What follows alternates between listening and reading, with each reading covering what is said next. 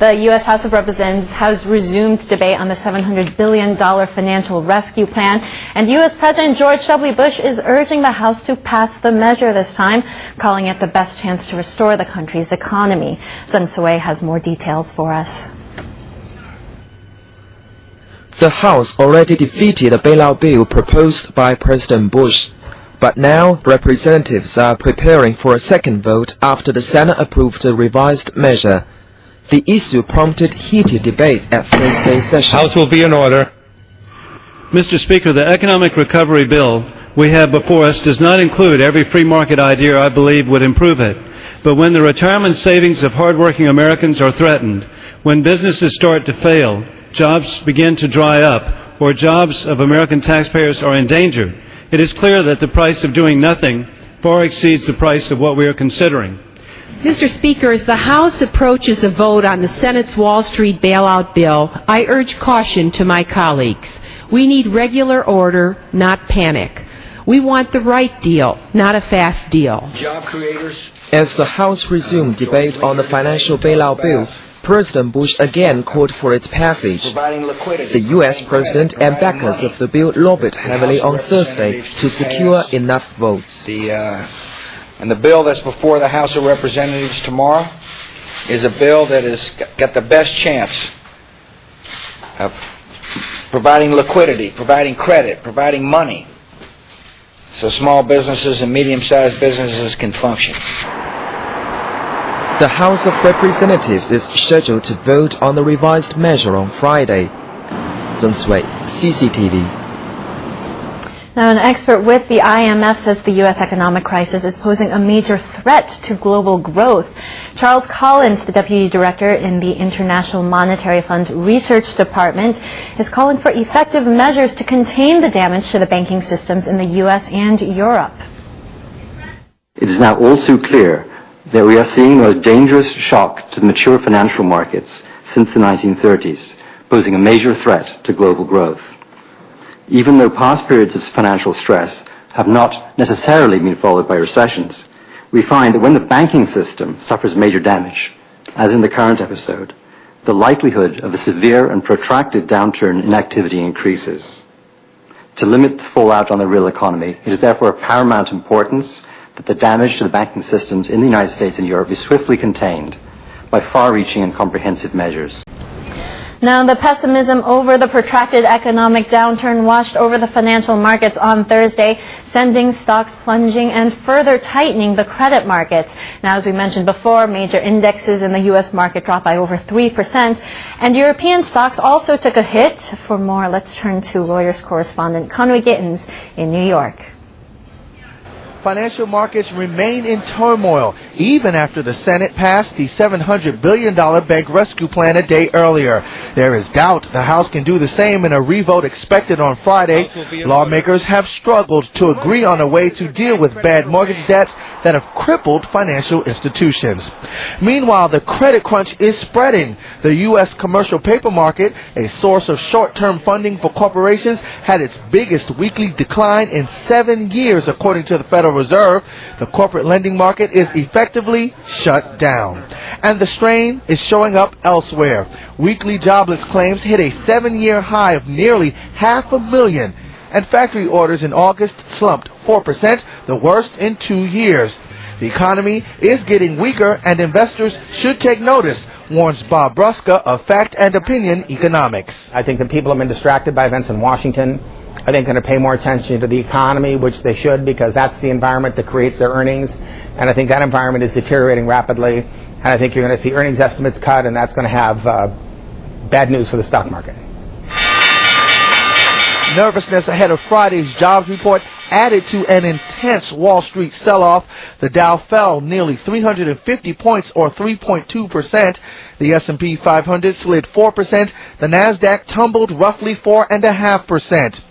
In Europe, the European Central Bank held rates steady but warned it may soon have to cut rates. And Swiss banking giant UBS had its first profit in a year, but that was lost on the markets. Major indices were down between 1.8 to 2.5%. Conway Gittins, Reuters. Well, oil prices dropped more than 4% on Thursday as financial market turmoil stirred fears over the demand for fuel. U.S. crude sank more than $4 to settle at just under $94 a barrel. U.S. government data shows rising inventories of crude, gasoline, and natural gas have weighed on prices, and additional pressure also came from investors who are now changing their positions after betting on crude and other commodities earlier this year. European share prices made early gains after the U.S. Senate passed the bailout plan, and it's rekindled hopes that banks could start moving down the path to recovery. Mark Dreyer has this story. In mid-afternoon European trading, Britain's FTSE 100 was up 1.34% to 5,026 points. Germany's DAX gained 0.62% to 5,842 points, and France's main index had added 1.03% to 4,096 points. European banks have made more cash available to money markets, offering up almost $68 billion in overnight funds to maintain the health of the financial system. Meanwhile, house prices in Britain fell for the 11th consecutive month in September, wiping 12.4% off the value of the average British home compared to a year ago. There are still so many uncertainties around the funding markets at the moment that it's difficult to put a number on it right now. But that said, it does seem as though the pace of the price falls that we're seeing in the UK is perhaps beginning to stabilise. The European Central Bank offered $50 billion to the money markets and said it received 55 bids worth more than $67 billion. But market analysts warned the US rescue package won't solve all the problems, with a worsening economic outlook spurring calls for central banks to cut interest rates. Leaders from Britain, Germany, France, Italy and the European Commission are scheduled to meet on Saturday. They'll discuss Europe's response to the global financial crisis, including the possibility of a US-style bailout plan for European banks. Mark Dreyer, CCTV. Well, Japan has applauded the approval of the bailout plan by the U.S. Senate and says it looks forward to the enactment of the bill to help stabilize the global economy.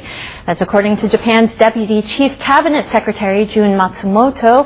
But Australian Prime Minister Kevin Rudd says it was still unclear whether the U.S. Congress will actually pass the financial bailout package or even what its impact might be. Meanwhile, in other parts of the world, officials are busily drafting plans to combat the economic turmoil and defend their own economies.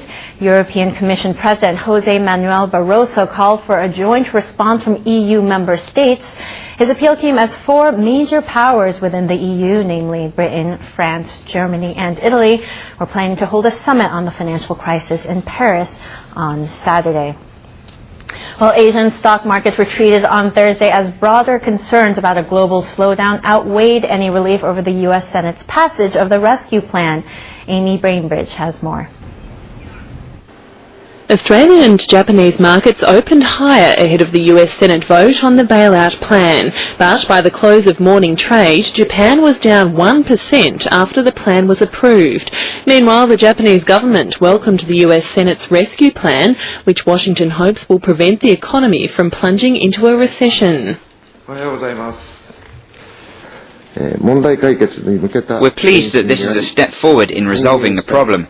We hope that the bill will be approved to bring back financial stability, because this doesn't only concern the US economy, but it will also stabilize the global economy. In Hong Kong, at the close of the morning session, the benchmark Hang Seng Index was down 222.69 points to 17,793.52. One of its major banks, the Hang Seng Bank, fell more than 5% after its exposure to Washington Mutual was revealed. Hong Kong property stocks also dropped after some lenders raised interest rates for mortgages. The Korea Composite Stock Price Index, or KOSPI, declined 0.89% to 1,426.83 in late Thursday morning trading. But South Korean analysts say the US financial rescue package would have a positive effect on the markets. We should focus on how it will be passed by the House of Representatives. The decision of the Senate is having a positive influence on global stock prices, and the possibility of this leading into a positive effect has become higher.